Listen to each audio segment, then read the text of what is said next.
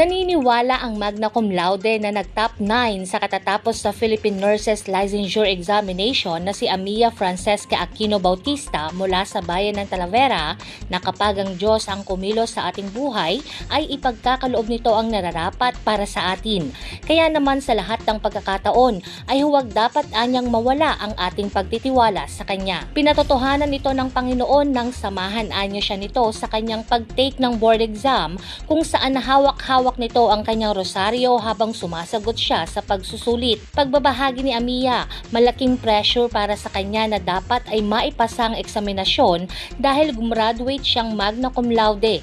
Kaya naman pinaglaanan niya ito ng sapat na oras, kaakibat ang pagdarasal. Bagaman dumating ang pagkakataon na nagkaroon siya ng pagdududa sa kanyang sariling kakayanan dahil sa ilang mga sirkumstansya na sumubok sa kanyang katatagan, ay ipinagpasa Diyos na lamang niya ito. Dagdag nito, hindi niya inaasahan at hinangad na mapabilang siya sa top notchers dahil ayaw nitong madisappoint sa kanyang sarili at nag-focus lamang sa kagustuhang makapasa.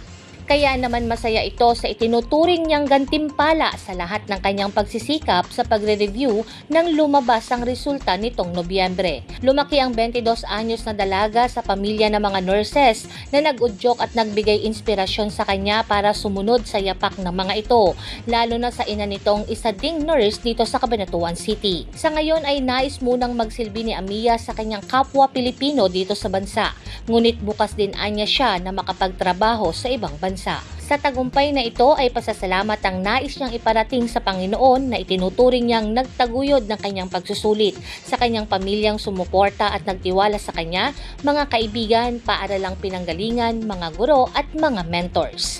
Jovelyn Astrero para sa Balitang Unang Sigaw.